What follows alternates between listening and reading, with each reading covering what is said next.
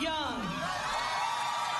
Jalen Young, daughter of a police officer and a Mississippi State University chemistry student who graduated high school with honors.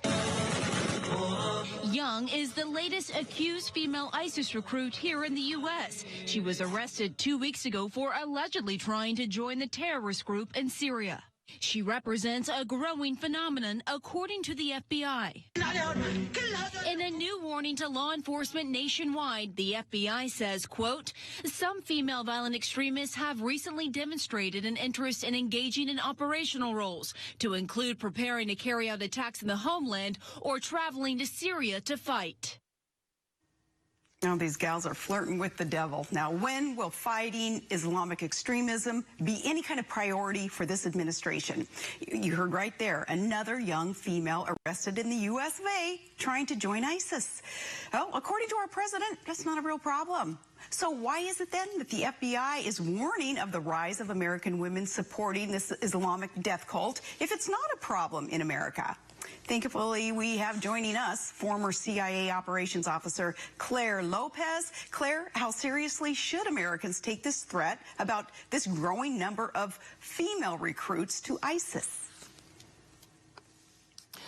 Well, Governor, it's a real pleasure to be with you, and I think we need to take the threat very seriously. What we're looking at is a phenomenon of individual jihad. And in that sense, what we're talking about is the call to Muslims within our population already living among us to take that next step of devotion on the pathway to jihad. Now, the draw for men as well as for women is to be part of something historic, part of something that fulfills the hopes and dreams of hundreds of millions of Muslims around the world, and that's the recreation of the caliphate, which had been abolished back in the beginning of the 20th century. And so there are other motivations as well. Some of these young women think that they're going off for romance, for adventure.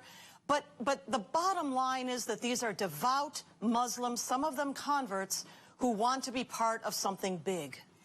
And Claire, hearing your take on this is so valuable for America because of your background, all of your expertise. Your perspective on this is really important. I would like to know specifically, in your opinion, again, about the women. ISIS and many in the Middle East, they treat women horribly. And a lot of these young ladies being attracted to this, they're not stupid. What is it that they're thinking when you consider how horribly they're going to be treated? I think they really don't know that, or they don't believe that. They do believe the propaganda that's pushed out over social media, the Facebook pages, the Twitter accounts, and every other Instagram and everything else. They really think that they are going off to fulfill their destiny as Muslims, to be part of building the new caliphate. That's what they're answering. That's the call they're answering to jihad. And then again, as I said, some of them are lured by promises of romance and you know, wonderful lives and adventure. Those are also motivations. But the bottom line is these are Muslim women hoping to be part of something historic. We talked the other day about it looking like Turkey will pledge to fight ISIS. They're going to do more. We know that that is important. Why specifically is it important, though, for Turkey? More importantly, why don't we get more involved and destroy these executioners hell-bent on jihad and the caliphate? Well, Governor, I would take a little bit of a different perspective on this one, too. And that is that in the region that we used to call Syria, used to call Iraq, you have the continuation of what is now over a 1,300-year conflict, intra-Islamic sectarian conflict between Sunni jihadis and Shiite jihadis.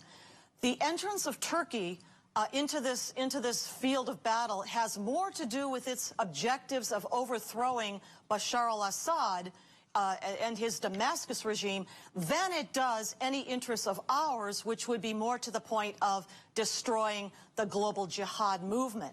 Now, the fact that Turkey is allowing the United States to use air bases is a good thing, to take off from those air bases in Turkey and mount airstrikes against the Islamic State in the former Syria.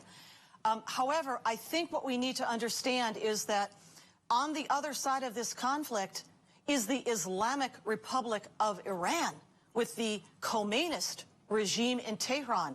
And anything that we do in this battle to tip the balance to one side or the other is to help one set of jihadis who hate us against another set of jihadis who hate us.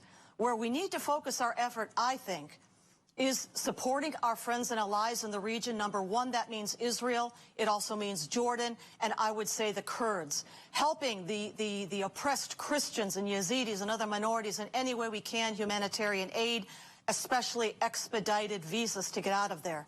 But as far as taking one side or the other in this intra-Islamic sectarian fight, I don't think that's a good idea.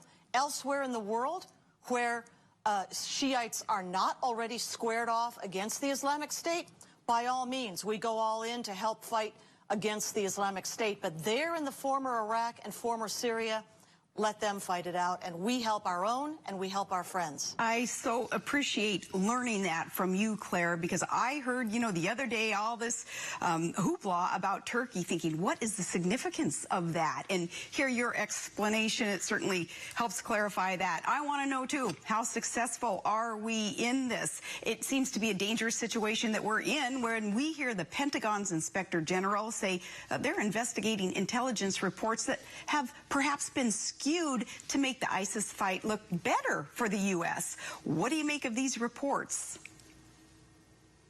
Well, you know, Governor, for sure, this Obama administration has not decided to go all in against the Islamic State in the former Syria, the former Iraq.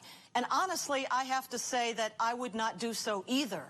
But to hear these charges, you know, that intelligence reporting has been skewed, whether deliberately or inadvertently or out of an abundance of, I don't know what, optimism, I don't know. That's troubling and should never be the case. But, you know, what we do need is honest and clear and objective reporting and a recognition of who the enemy is. The enemy are the forces of global jihad, whether they are Shiite or whether they are Sunni. And taking one side of those enemies against the other does not serve U.S. national security purposes. Claire, keep teaching us, keep educating us with all the good information that you have. And we love your bluntness. We love your truthfulness. We love your expertise. Thank you so much. And sincerely, taking time out of your day to keep us informed, please keep up that good work. Well, word on the street is that President Obama is going to head to the last frontier, heading to my fishing grounds in Bristol Bay. He's going to Dillingham, it's reported. Next week, he and the entourage, they descend on Alaska. Is it to hunt, fish, drill for oil, mine for coal? Right. No, it's not for that. We're going to ask about it, though, and that's up next.